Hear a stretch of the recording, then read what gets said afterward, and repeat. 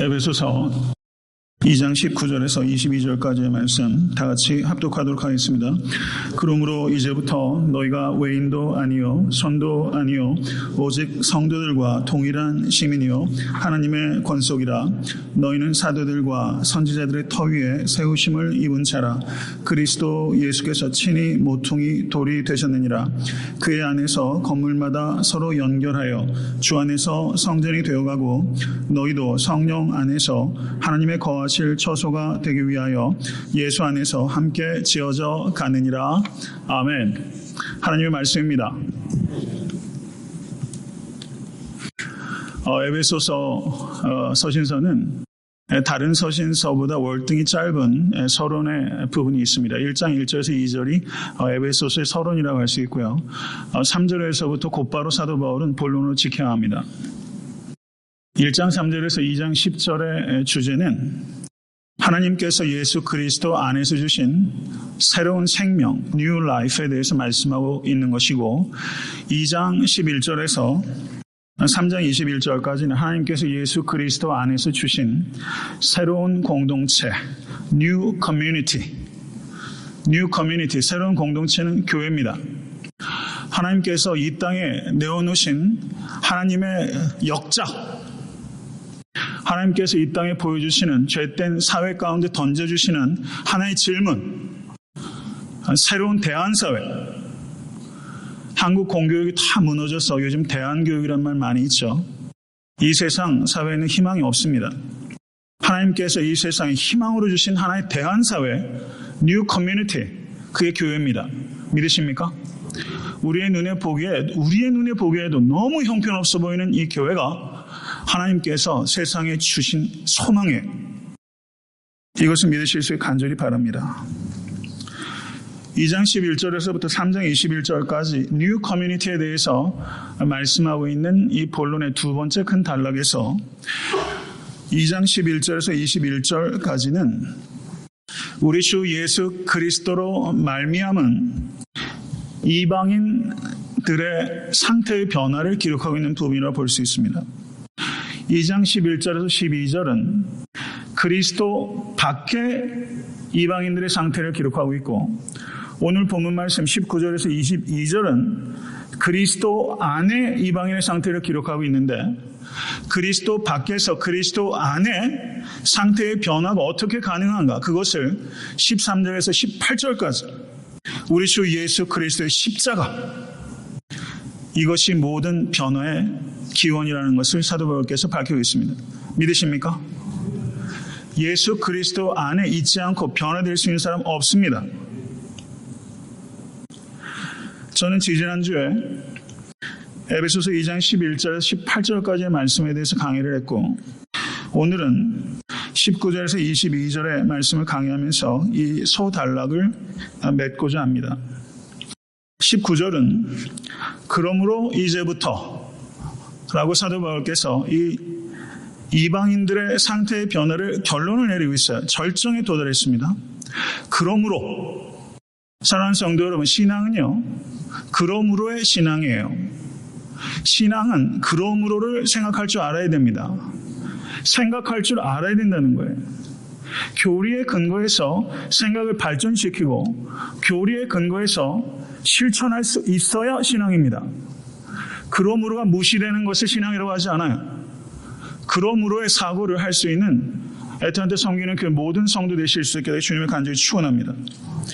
그러므로 이제부터 너희가 외인도 아니요 손도 아니요 그리스도 안에서 이방인들의 아이덴티티, 정체성이 무엇인가, 그것을 사도 바울께서는 먼저 네거티브 센스로, 부정적으로 무엇이 아니다 라고 정의를 하고, 그 다음에 파지티브 센스로 무엇이다 라고 그리스도 안에서 이방인들의 상태를, 아이덴티티를 정의하고 있습니다.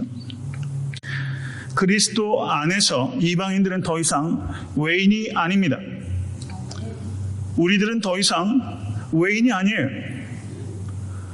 그리스도 안에서 이방인들은 더 이상 손님이 아닙니다. 믿으십니까? 이게 우리의 정체성을 정의하고 있는 거예요. 우리는 외인 아니고 우리는 손님 아닙니다. 여기서 외인이라고 번역되고 있는 단어가 크세노이라는 단어고요. 손님이라고 번역되고 있는 단어가 파로이코스라는 단어인데, 실제 NIV 번역은 어떻게 번역하고 있냐면 foreigners and strangers 라고 번역하고 있어요. 그런데 요즘 유스 학생들이 많이 읽는 성경이 NLT라는 번역이에요. 좀 더 의역이 된 번역인데, 거기에서는 strangers and foreigners라고 번역하고 있어요. NIV는 foreigners and strangers, NLT는 strangers and foreigners. 그러니까 이 단어가 서로 거의 유사한 뜻을 담고 있어서 번역상에 교차적으로 번역해도 문제가 생기지 않을 만큼 이 단어, 외인 그리고 손이라는 단어는 매우 유사한, 거의 동요에 가까운 단어라고 볼 수 있다는 것입니다. 실제 구약 성경을 그리스어로 번역한 70인역 셉터진트에서도 이 두 단어, 크세노이와 파로이코스라는 단어는 거의 같은 뜻으로 교차적으로 사용됩니다. 사도 바울께서 여기에서 너희가 손님이 아닙니다 라고 한 번 말하면 의미는 사실 통하는데, 이것을 외인도 아니요 손도 아니요 라고 두 차례에 걸쳐서 말하는 것은 강조하려는 거예요. 사랑하는 성도 여러분, foreigners처럼 strangers처럼 신앙생활하지 마세요. 애틀랜타 섬기는 교회 5년 역사예요. 5년, 이 시간 아무것도 아니에요. 새롭게 많은 성도님들이 매달, 매주 많이 오세요. 나는 이 교회의 foreigner다. 나는 이 교회의 stranger다. 스팅이라는 유명한 뭐죠? 예, 있는데, 거기에 에일리언이라는 그런 아마 제목의 노래가 있는 것 같아요. 저도 한때 꽤나 좋아했었는데, 교회에서 내가 에일리언이라고 생각하지 마세요. 나는 아웃사이더. 알베르트 카미가 쓴 아웃사이더. 아웃사이더의 스피릿 너무 좋아하지 마세요. 난 교회에서 아웃사이더야. 나는 비주류야. 정치인들도 비주류 많잖아요. 교회에서 나는 비주류야. 나는 책임에서 벗어나 있어. 나는 권리에서 벗어나 있어. 이런 생각 굉장히 무책임한 거예요. 그런 생각 하지 마세요. 예수 그리스도 안에서 우리는 더 이상 외인도 아니고 손도 아닙니다. 믿으십니까? 이렇게 사도 바울께서는 두 가지로 걸쳐서 부정적인 네거티브 센스로 우리가 새로운 정체성이 무엇이 아닌지를 말한 후에 긍정적인 정체성, positive identity로 나아갑니다. 오직 성도들과 동일한 시민이요 하나님의 권속이라. 오직이라고 번역되고 있는 성경 원어는, 일반적으로 오직이라고 번역된 성경 원어는 다른 단어가 있어요.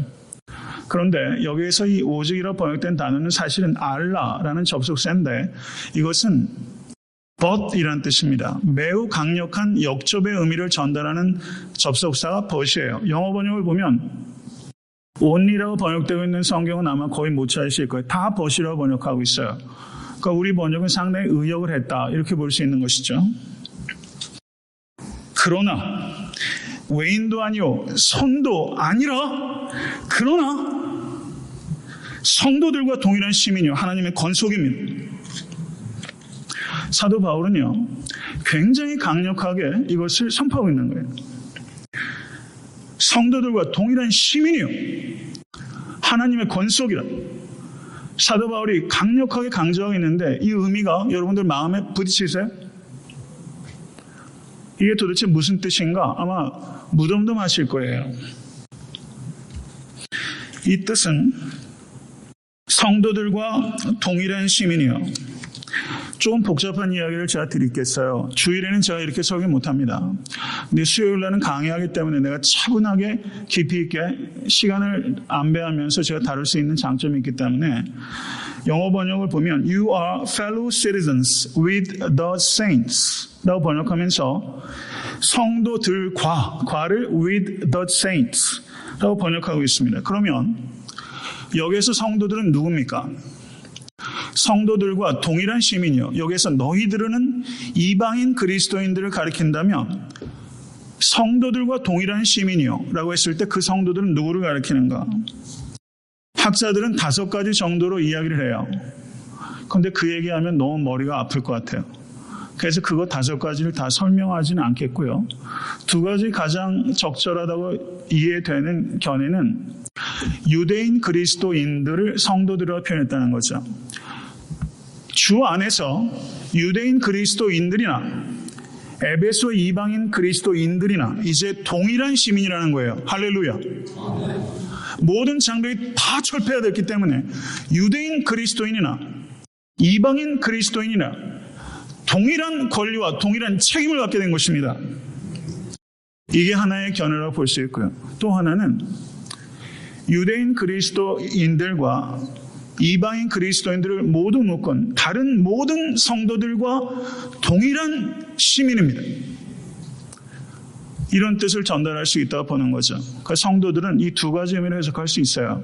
유대인 그리스도인들과 유대인 이방인 가리지 않고 모든 다른 그리스도인들. 2가지 의미가 결국은 똑같은 의미를 전달해요.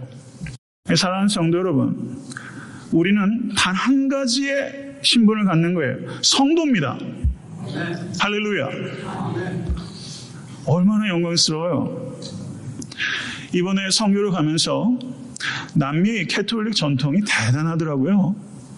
그 산간오지에 1500, 600년 전에 지어진 성당 안에 들어가 보니까 얼마나 세인트들을 많이 모여놨는지 몰라요. 막 성상들이 자욱해요. 저는 무슨 인형의 집에 들어온 것 같더라고요.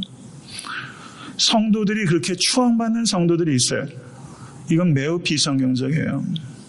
우린 동일한 citizens of the heaven, 천국의 동일한 시민입니다. 이게 우리의 신분이에요. 그 다음에 사도 바울은 하나님의 권속이라고 더 나아가요.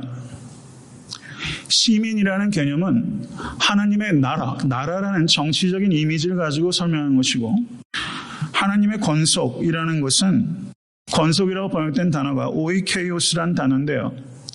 이 권속이라고 번역된 단어가 신약성에 딱 2번 더 나와요. 디모데전서 5장 8절 제가 읽겠습니다.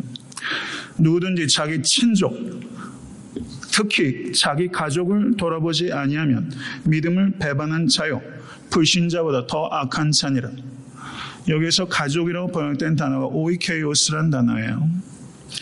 그리고 갈라디아서 6장 10절에 그러므로 우리는 기회 있는 대로 모든 이에게 착한 일을 하되 더욱 믿음의 가정들에게 할지니라. 아멘. 여기서 가정이라고 번역된 단어가 오이케이오스. 그러니까 성경 언어가 오이케이오스라는 단어가 신약성경에 3번 나오는데 3번 다 번역이 우리 번역으로는 달라요. 그러니 이걸 우리가 무슨 재주를 알겠어요? 저는 이런 의미에서는 번역을 좀 더 신중하게 필요했다. 제 개인적으로 그렇게 생각이 됩니다. 동일하게 번역하는 게 옳죠. 경우에 따라서는 다르게 할 수는 있지만 말입니다.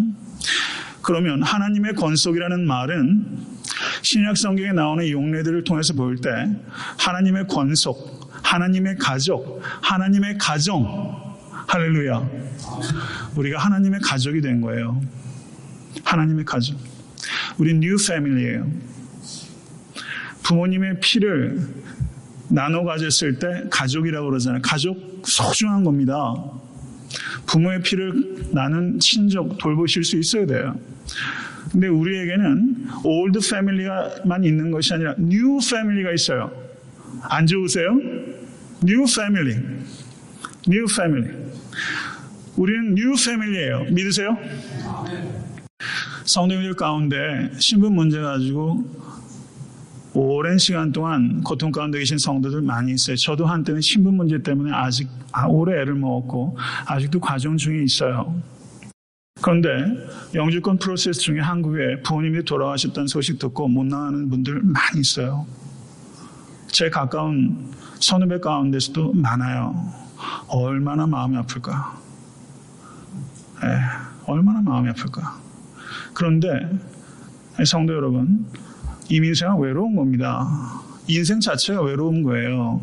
그런데 우리에게 항상 생각하십시오. 우리에게 new family가 있어요. new family. blood of Jesus. 예수 그리스도의 피를 나눠가진 new family. 전후 좌우에 계신 분들이 new family예요. 할렐루야. 좀 아끼고 사랑하십시오. 피를 나눠가질수록 사랑하기가 참 어렵네요. 참 역설이죠. 뉴 패밀리 사랑하십시오. 다 외로워요. 알고 보면 다 외로워요. 우리가 유대인과 이방인이라는 이 도대체가 깨지지 않을 것 같은 이 철옹성이 어떤 폭력이나 조직이나 군사력으로 넘어진 것이 아니라 그 철옹성이 뭐 미사일들이 올라가고 스카이돔으로 맞고 뭐 이런 게 아니라 예수 그리스도의 보혈 때문에 그 철옹성이 깨졌습니다. 이게 복음이에요.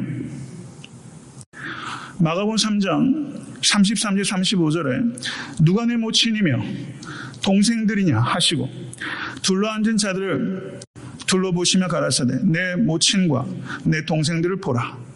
누구든지 하나님의 뜻대로 하는 자는 내 형제요 자매요 모친이니라. 얼마나 레디컬해요. 정치인들은요 진보주의자 보수주의자 다른 말로 하면 수구 꼴통 빨갱이. 세상은요 레이블을 엄청 붙여요.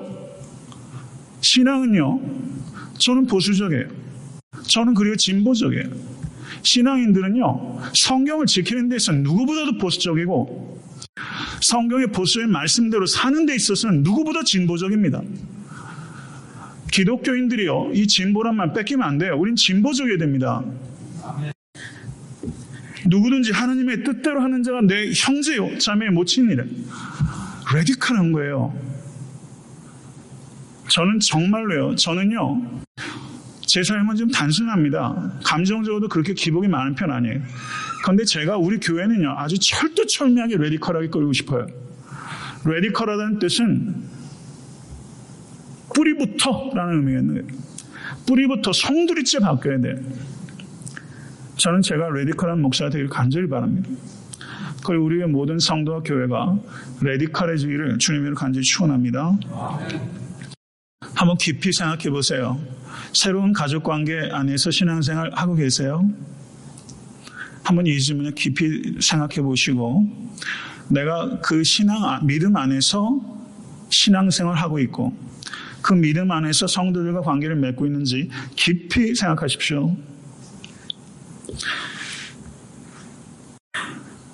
사도 바울께서 동일한 시민이요 하나님의 권속이다 라고 말했을 때 이 말을 한마디로 요약하면 주인의식이라고 할 수 있다고 저는 봅니다. 주인의식.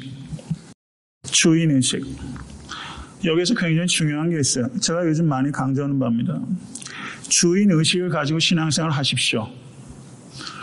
교회에 오신 지 몇 년이 됐든지 상관없이 우리에게 필요한 것은 주인의식이에요. 다른 말로 하면 책임의식입니다.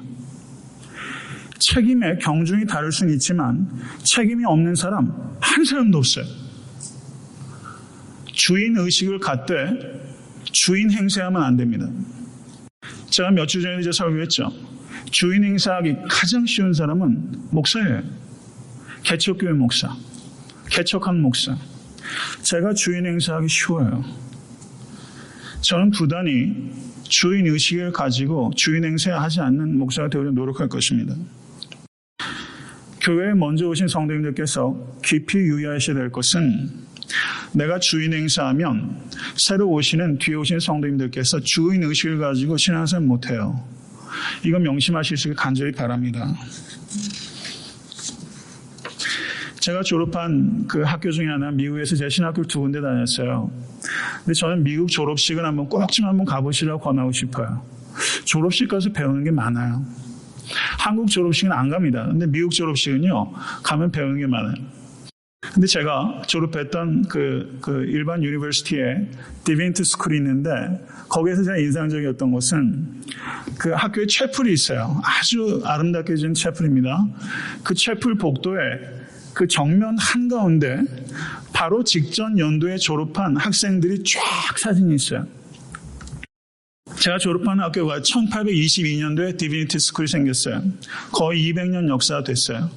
그러면 새롭게 졸업생이 나오면 옆으로 한 칸씩 옮겨가요. 그러면 제일 먼저 졸업한 사람은 중심에서 가장 멀리 있는 거죠.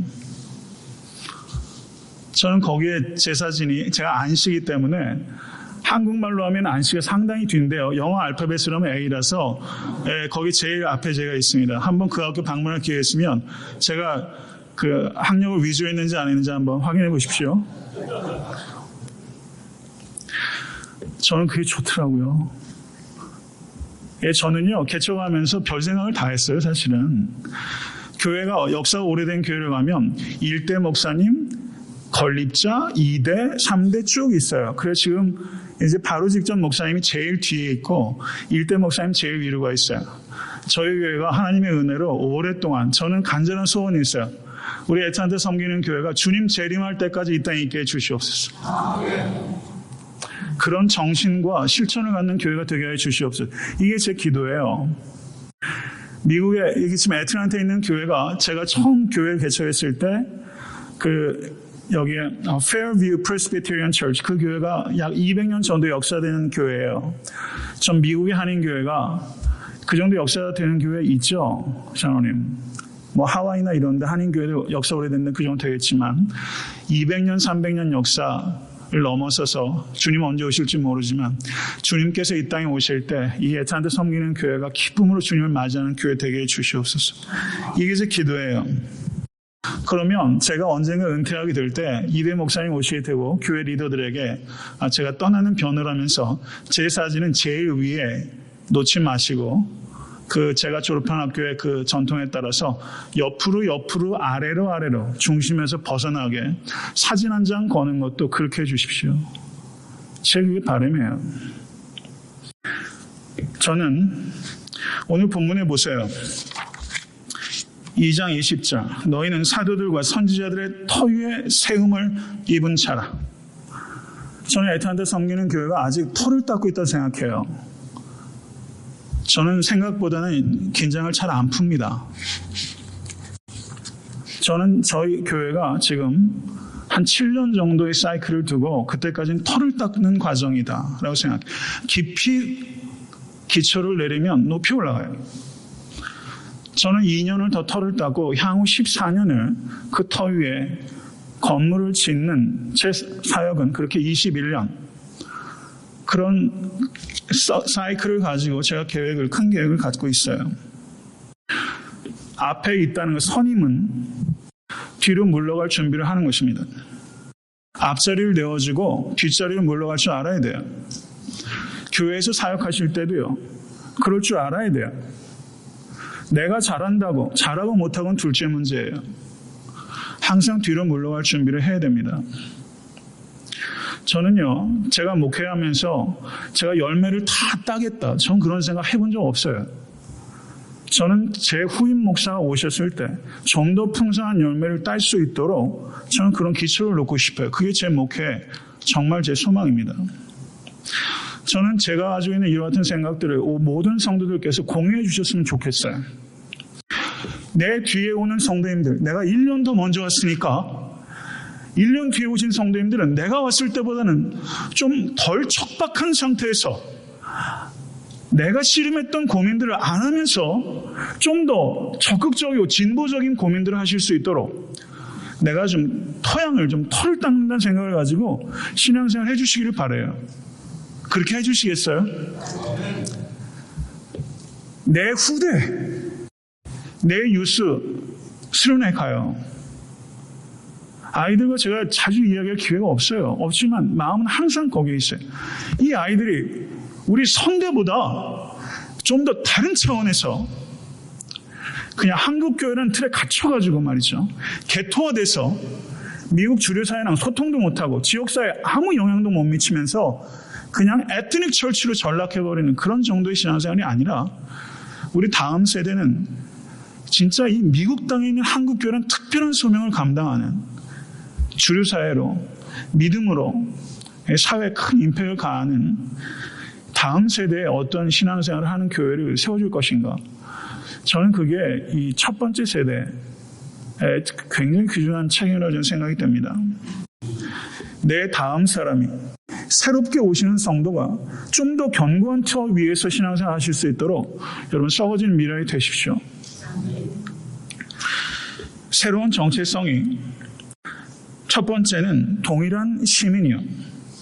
두 번째는 하나님의 권속이요. 세 번째는 20절에서 22절까지 3절을 할애해서 사도 바울께서 얘기하고 있는데 그리스도인들의 세 번째 정체성은 21절 보세요. 주 안에서 성전, Holy Sanctuary, Naos, 지성소. 여기서 성전은요, 지성소예요. 히에론이라는 것은 성전 경내 전체를 나타내는 건데 나오스는 지성소입니다. 이방인들은요, 이방인의 뜰에서만 있을 수 있었지 여인의 뜰에 들어가면 죽입니다. 여인의 뜰에도 못 들어갔어요. 이방인들은 지성소에 들어갈 수 없어요. 지성소에는 대제사장만 들어갈 수 있어요. 1년에 한 번. 그런데 이방인들은 우리가 예수 그리스도 안에서 우리가 지성소에 들어갈 수 있게 됐다고 얘기하는 것이 아니라 우리가 지성소가 되었다. 할렐루야. 우리가 지성소가 된 거예요. 여러분, 이건 놀라운 일입니다. 우린 지성소예요. 이 하나님의 말씀에 새로운 정체성의 핵심은요, 지성소예요. 이것을 다른 말로 22절에 하나님의 거하실 처소라고 표현한 것입니다. 성경에 보면 건축에 대한 은유로 성도들을 표현하고 있는 것이 두 군데가 더 있습니다. 베드로전서 2장 4절에서 6절, 고린도전서 3장 9절에서 17절 등입니다.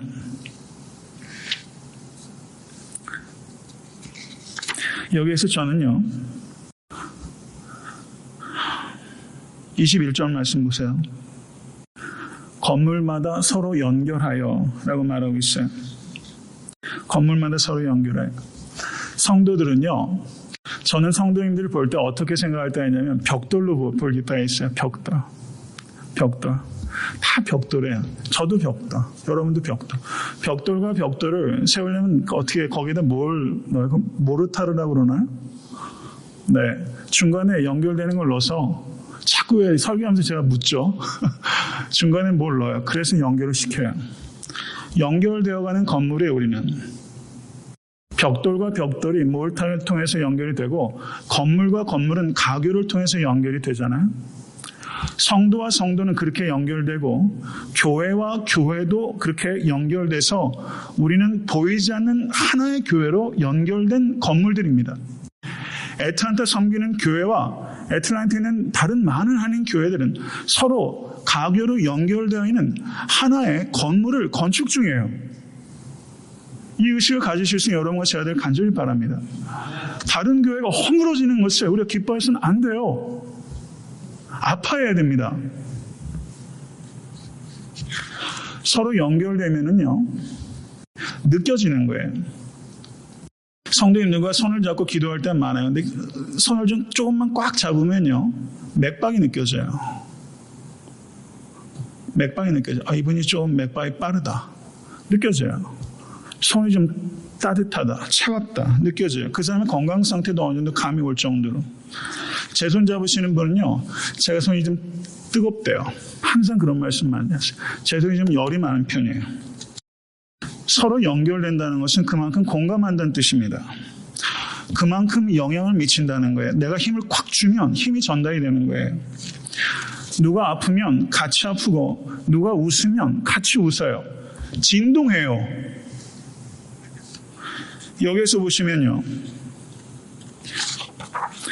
2장 5절과 6절을 한번 보시기 바랍니다. 에베소서 2장 5절에서 6절. 에베소서 2장 5절에서 6절. 다 같이 읽겠습니다. 허물로 죽은 우리를 그리스도 예수와 함께 살리셨고 너희가 은혜로 구원을 얻은 것이라. 또 함께 일으키사 그리스도 예수 안에서 함께 하늘로 앉히시니. 아멘. 함께 살리셨고 순 에조포에센, 함께 일으키사 순 에게이렌, 함께 하늘에 앉히시니 순 에카시센. 순이란 전치사가 있어요. 순. 그런데 그 첫 번째 연결되는 그 단어의 발음에 따라 순이로 연결될 때도 있고 숨이라고 연결될 때도 있어요. 이 전치사는 함께라는 뜻을 전달합니다. 그런데 오늘 본문의 19절에서 동일한 시민이라고 번역됐죠. 이것도 사실은 의역이에요. 동일한 시민은 폴리타이 한 단어입니다. 그 다음에 21절 보세요. 서로 연결하여. 이 단어 우리 번역으로는 부사와 동사로 연결되어 있지만 실제 성경어는 아르모로 구메네 분사입니다. 함께 지어져 가느니라 오이코도 메이스세 라고 말하면서 순이란 단어가 다 붙어 있어요. 교회는요 함께 공동체입니다. 사탄은 그러면 뭘 하느냐? 순을 띠려는 거예요. 교회의 이 접두사, 순이란 전치사가 떨어져 나가면 교회가 아닙니다. 사탄은 항상 이 접두사를 띠려는 거예요. 저를 따라 하십시오. 연합 자체가 마귀에 대한 공격이다. 연합을 지키는 것 자체가 승리다. 아멘. 이거 반드시 기억하셔야 돼요. 연합하는 것은 연합군을 만들어서 나치하고 싸우는 게 연합이 싸우기 위한 수단이 아니에요. 교회에서의 연합은요, 그것 자체가 사탄에 대한 강력한 무기요. 연합 자체가 승리입니다. 이거 기억하셔야 돼요. 찬양대, 찬양팀, 목장, 부서, 신앙 경험과 경륜이 다 달라요. 이런저런 갑론을박들이 있을 수 있고 우리는 가급적이면 효율적일 필요가 있습니다. 그렇지만 서로 효율적인 거 얘기하다가 순이 떨어져 나가면 지는 거예요. 이거 항상 명심하십시오. 제가 사역자들한테도 항상 얘기하는 게 있어요. 너무 잘하려고 하지 마세요. 담임 목사에게 자꾸 뭐 보여주시려고 하지 마세요. 하나 되세요. 순을 반드시 붙이실 수 있는 여러분과 제가 될 수 있게 되기를 간절히 바랍니다. 우리가 증거하는 복음은 십자가의 사랑의 메시지입니다. 복음 전도가 난관에 봉착한 이유는 교회 안에서 사랑을 발견하기 너무 어렵기 때문이에요. 높은 산에 올라가면 산소가 희박해요. 산소 마스크를 써요. 교회에서 사랑을 숨쉬려면요, 산소 마스크를 써야 돼요. 안 그래요? 교회의 사랑이 잘 보여요? 정말 사랑 있는 목사 보기 쉽습니까? 저는 그런 목사라고 생각하세요? 교회 안에서 사랑 보기 어려워요. 그래서 전도가 안 됩니다. 애타한테 섬기는 교회에 사랑이 보여야 돼요. 정말 사랑이 안 보이면요, 좀 더 레디컬하게 말씀드릴까요? 전도하지 마세요. 교회에서 시험 들어요. 교회에 사랑이 없으면 전도할 수도 없고, 교회에 사랑이 없으면 커스터머들 같이 사람들 모을 수 있을지 모르지만 성도 못 만듭니다. 교회 안에 사랑이 보여야 돼요. 사랑은 눈에 안 보이지만 사랑은 눈에 보여요. 추상적인 거지만 가시적입니다. 저는 애타한테 섬기는 교회, 그런 사랑 보이는 교회가 될 수 있기를 간절히 바랍니다. 이 사랑이 어디까지 전파가 되어야 되는가? 저는 이번 단기선교 가서 사실은요, 단기선교를 가면서 이번이 제일 마음이 무거웠어요. 성도님들 제 건강 때문에 염려하신 부분도 많았지만 가서 건강 잘 유지할 수 있었어요. 되게 감사해요. 근데 가면서 뭔가가 좀 마음에 좀 이번에 짐이 좀 있었는데 저를 많이 만져주셨고 제가 굉장히 리차르지가 됐어요. 할렐루야. 성도님들이 많이 기도해 주셔서 그런 것 같아요. 전 선교만 갔다 오면 무슨 링겔 하나 맞고 온 것 같아요. 예, 힘이 나요. 근데 마음이 많이 아파요. 가서 봤던 사람들. 어제도 한동안 집에 가서 사진도 쭉 넘기면서 아이를 봤는데 너무 예쁜 아이가 하나 있는데 눈에 자기 눈이 아니라 하얀 구슬이 하나 박혀있는 아이가 있었어요. 한참 쳐다봤어요. 아이들 하나하나 면면을 보면요, 소위 말해서 옛날 빨간 약만 있어도 쉽게 고쳤을 텐데 그런 거 못해가지고 애들이 염증이 얼마나 많고 그게 아주 치명적인 부위에 이렇게 염증들이 많아가지고 그냥 마음이 아프더라고요. 근데 세상에 그런 사람이 참 많지만 아프리카에서 온 편지 있습니다. 이건 실화예요. 지금 아프리카가 굉장히 어려운 가운데 있어요. 그 실화를 소개하고자 합니다. 1999년 8월 아프리카 기니의 수도 코나크리를 출발해서 벨기에 브뤼셀로 가는 비행기 화물칸에 흑인 소년 2명이 몰래 타고 있었는데 거기서 꽁꽁 얼어붙어 죽고 말았습니다. 14살, 15살 두 소년이 유럽에 비행기를 타고 미립국하다가 매우 높은 고도에서 영하 50도 되는 저온 상태에서 화물칸에 있다 동사했던 것입니다. 브뤼셀 국영항공사 직원들이 이 얼어붙어 죽어있는 아이의 손에 들린 편지를 프랑스로 적혀있는 편지를 보고서 이 14살, 15살 소년들의 미립국 의도를 알게 됐습니다. 그런데 그 편지를 읽고서 수많은 사람들의 마음을 울렸어요. 이 14살, 15살 소년들의 이름은 야킨 고이타와 포드 트루카나라는 용기 있는 소년들입니다.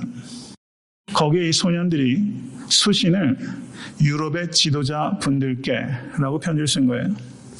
존경하는 유럽의 지도자 여러분, 저희 둘의 험난한 여행과 고통의 목적을 말씀드리고자 합니다.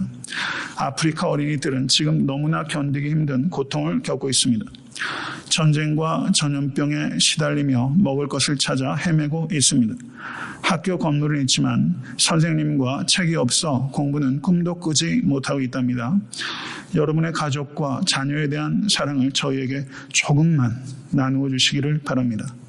혹시 저희들이 죽어서 발견되거든 우리가 겪고 있는 전쟁과 참상을 알리고 도움을 청하려 했던 뜻을 헤아려 널리 알려주시기 바랍니다. 이 소식을 루이 미셸 벨기에 외무장관이 이 편지를 유럽 각국에 보내서 이 소년들의 소망을 이루는 데 동참해 주실 것을 부탁했습니다. 그리고 이 벨기에 외무장관이 아프리카의 가난과 고통에 대한 해결은 단순한 생각의 대상이 아닙니다. 그것은 인간으로서 함께 해야 될 의무입니다.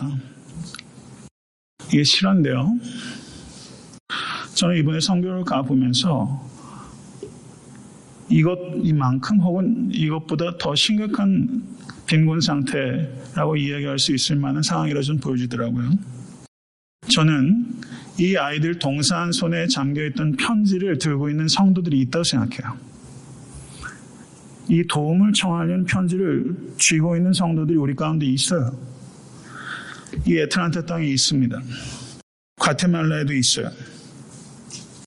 과테말라에 저희가 예전에는 없었지만 수도로 저희가 교환해서 예배를 드리면서 그 교회 사랑의 달인데 한국 사람들이 무책임하게 씨를 뿌려가지고 태어난 아이들, 고아들 17명을 섬기고 계신 목사님 그리고 아이들이 와서 예배를 드렸어요. 그 아이들 손에 편지가 있잖아요. 우리 좀 도와주세요. 저는 애틀란타 섬기는 교회가 그 편지를 보고서 인간으로서 함께해야 될 의무 정도가 아니라 성도로서 함께해야 될 의무에 동참할 수 있게 되기를 간절히 바랍니다. 저는 그러기 위해서 애틀란타 섬기는 교회가 힘이 좀 있었으면 좋겠어요. 힘을 보내기 위한 힘 말입니다. 그래서 하나님께서 우리에게 지경을 넓혀주셔서 우리가 내 배 채우는 것에만 연연하면서 살다가 내 힘만으로는 안 되는데 애틀란타 섬기는 교회라는 이 거룩한 통로를 통해서 과테말라 땅에 열방에 기니의 그 두 소년 같은 아이들의 손에 있는 편지를 읽고 도와줄 수 있는 교회, 그런 교회 한번 세워가고 싶지 않으세요? 말씀을 맺습니다. 21절 주 안에서 성전이 되어가고, 성전이 되어가고라는 동사는 되어가고 현재 시제입니다. 아욱사누라는 동사의 현재 시제형 3인칭 단수 아욱세이 현재 시제예요. 우리는 성전이 되어가고 있는 중이에요. 할렐루야. 이거를 다른 말로 하면 우리는 공사 중이에요. 우리는 성전이 되어가고 있는 construction, under construction 중입니다. 아멘. 목회자에 대한 판단, 교회 리더들에 대한 판단, 목자들에 대한 판단, 목원들에 대한 판단, 성도들에 대한 판단. 성도 여러분, 조금 여유를 가지세요. 극단적이어서는 안 됩니다. 만약에 우리가 여유를 갖지 못하면 사도 바울은 그냥 핍박자로 인생 끝났어요. 은혜가 변화시킵니다. 항상 여유를 가지세요. 여러분 눈에 볼 때는 성도 여러분, 제가 담임 목회 경력 불과 5년이에요. 5년이 제가 얼마나 제대로 된 목사가 됐겠다고 생각하세요? 여러분 저한테 지금 너무 큰 거 기대하지 마세요. 조금 기다려주세요.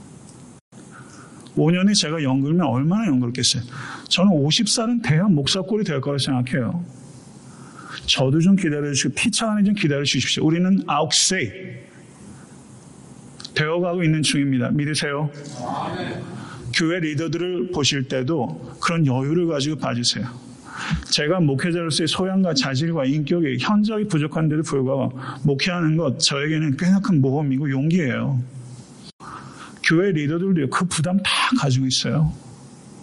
그 부담 가지고 있는데 누군가가 총대를 또 매야 되잖아요. 그래서 어렵게 감당해 주시는 거고, 집에 가장들, 아내 여러분, 가장들을 좀 불쌍히 여기십시오. 긍휼을 가지세요. 책임감을 가지고 씨름하고 있는 가장들 애처롭게 생각하시고 불쌍히 여기세요. 사랑은 불쌍히 여기는 겁니다. 절 따라하십시오. 1%의 변화가 결국엔 100%의 변화로 이어진다. 100%의 변화는요, 1%부터 변하는 거예요. 올 한해 내가 1%라도 변하자. 항상 우리가 2% 부족해서 문제라고 하잖아요. 저 사람은 2%가 부족해. 1년에 내가 1%만이라도 변하자. 그럼 100% 변하는 것이고, 그런 마음으로 변하면 우리 교회 변해서요, 성도 여러분, 내가 이름도 모르고 얼굴도 모르는 사람을 도울 수 있는 큰 교회, 큰 사랑의 교회 공동체로 되어야 될 줄 믿습니다. 이 일에 다 같이 좀 가슴 뛰게 동참하셔서, 저는 다른 욕심 없어요. 좀 교회 같은 교회 좀 한번 세워져서 하나님께 영광을 드릴 수 있게 주님을 간절히 축원합니다. 기도하겠습니다.